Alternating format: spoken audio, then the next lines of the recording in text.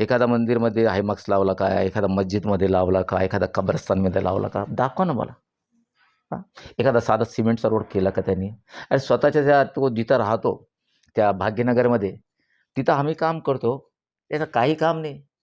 त्याला मला दाखवा त्याच्या 10 वर्षात आमदार मंत्री असताना आणि 10-20 वर्ष आमदारकी असताना एखादा काम, एखादा सिंगल काम दाखवा.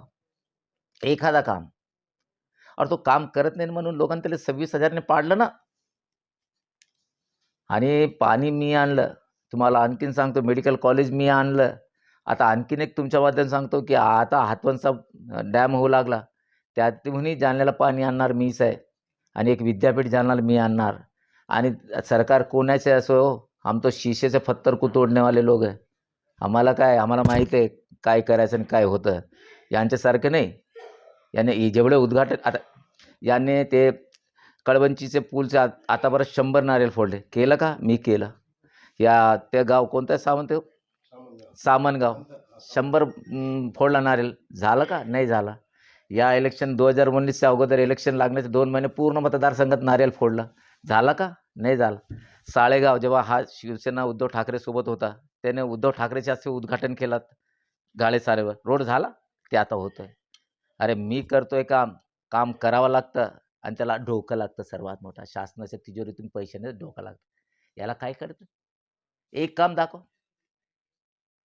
उगाच आता काय मेडिकल कॉलेज येणार, 100% होणार.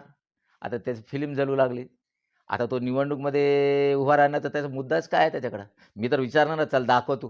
बाप दाखव नाही तर श्राद्ध कर. नाहीतर हा मी दाखवतो मी काय केलं." राहिलं मेडिकल तुम्ही दाखवा ना जिल्ह्यात. या 5 वर्षात कोणी मेडिकल कॉलेजसाठी बोललं का? मीच बोललो आणि मीच आणलं. 100% तर मेंटल कॉलेज त्या बिचाऱ्या राजेश टोपेने आणलं. त्याची मेहनत आहे. दानवे साहेब काही ना तर आणतोय. हा काय आणलं? यानं काही आणलं नाही ना. मला दाखवा ज्या जिल्ह्याचे पुढारी काही ना काही आपल्या मतदारसंघात घेऊन करतात. काही तर आणतात. जसं ते मराठवाडा वॉटर ग्रिडचं काम बबन लोणीकरने आणलं.